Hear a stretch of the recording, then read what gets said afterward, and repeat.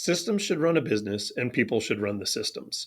Unfortunately, so many business owners get so tied up in the day to day of running the business that they never invest the time, energy, or resources into creating good systems. And when that happens, very often, customers end up not having a consistent experience. It limits the freedom for the owner because they're always being pulled in multiple directions, having to answer questions, put out fires, and quite honestly, if you don't have good systems in place, it makes it very difficult to scale and grow. But by putting good systems in place, it's going to make it easier for you to train your employees because they're going to understand what they need to do. It's going to reduce errors and mistakes, which is going to allow you to have greater profitability. And it's also going to lead to greater accountability. So, today we're going to talk about 9 different steps that you can take to systematize your business. So, the first thing you want to do is you want to get clear on your vision. Okay. And your vision is really kind of your North Star. Why are you doing what you're doing? What does it look like when your company has finally arrived, right? When it's finished, when it's ended, when it's done what it's there to do. Then, after you figured out what your vision is, you want to get clear on your mission. So, your mission is really how do you, what do you do to support achieving your vision? So, a great example of this is Tesla's vision and mission. So, Tesla's vision statement is to accelerate the world's transition to sustainable energy. Their mission statement is to create the most compelling car company of the 21st century by driving the world's transition to electric vehicles. So you can see how the mission statement supports the vision statement.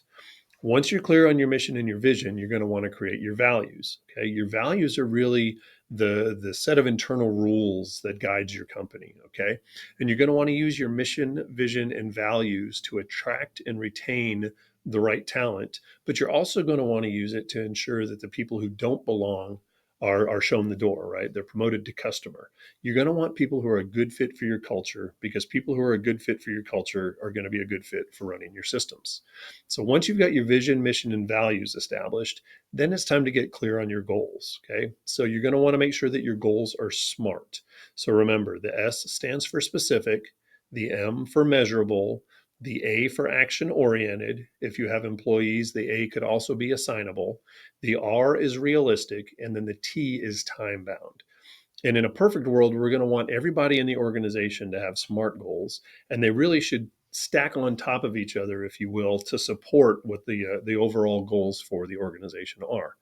Once we've got our goals in place, then we want to sit down and think about the organization. What does it look like? And we want to put it down on paper. We need to draw out an organizational chart. Put names in each of the boxes. Who fits in what box? You as the owner may end up in multiple boxes. That's okay because as you move the business forward, you're going to be able to identify the needs in the areas that you want to go ahead and start filling with other people as you go, and you can prioritize it by having that in front of you. Once you've got that in place, think about what you want the organization to look like in 5 years and actually create a second org chart or organizational chart that shows what the organization is going to look like. And that'll allow you in your planning and your goal setting to think about how you're going to get there. So now that you got your vision, mission, values, SMART goals, and organizational charts in place, it's time to get really, really clear on job descriptions. So what does each job entail? Help make sure that you're helping people stay in their lane and that they understand what it is that they're supposed to do. Once you have clear job descriptions, you're going to want to assign KPIs and KPBs to each of those jobs. So KPIs are key performance indicators and KPBs are key behavioral indicators. So the example I always like to use here is if I wanted to lose 20 pounds, when I step on the scale, that number is my KPI. Okay. But I could step on the scale every single day and not know which way the scale is going to move or the numbers are going to move unless I'm doing some certain things. And that's where the behaviors or the KPBs come into play. So some of the key the behaviors I may put in place, I may say I'm going to track my calorie intake. I'm going to go to the gym 3 times a week. I'm going to stop eating after dinner, and I'm going to drink more water. Okay, if I do those things consistently, then there's a much better chance that when I step on the scale, that number is going to be going in the direction that I want it to be going.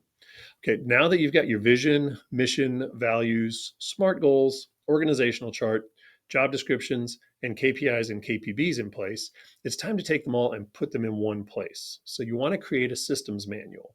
And then once you've got them in there, you need to start thinking about, okay, what are other things that need to go into my systems manual? It may be things as simple as, do we need an opening and closing checklist? What does it look like when you clean the bathroom? What all needs to be done? Do we need to systematize our ordering process? Do we need to systematize our inventory process? Do we need to systematize the maintenance process for our vehicles or for our equipments?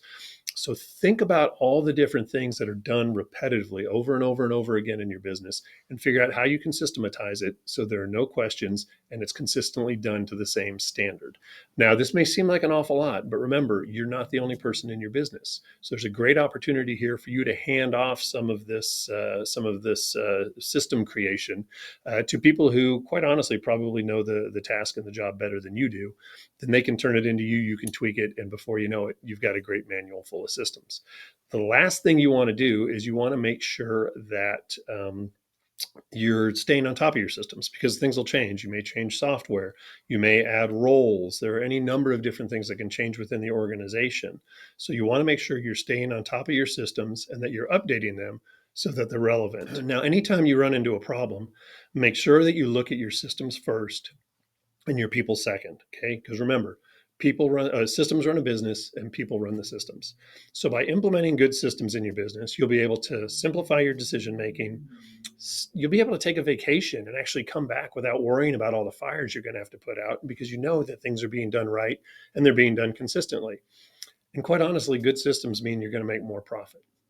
So if you're a business owner who knows you need to put systems in place and you want some help figuring out just how to create them, feel free to reach out and schedule a 30-minute call, and we'll see if we can't get you headed in the right direction.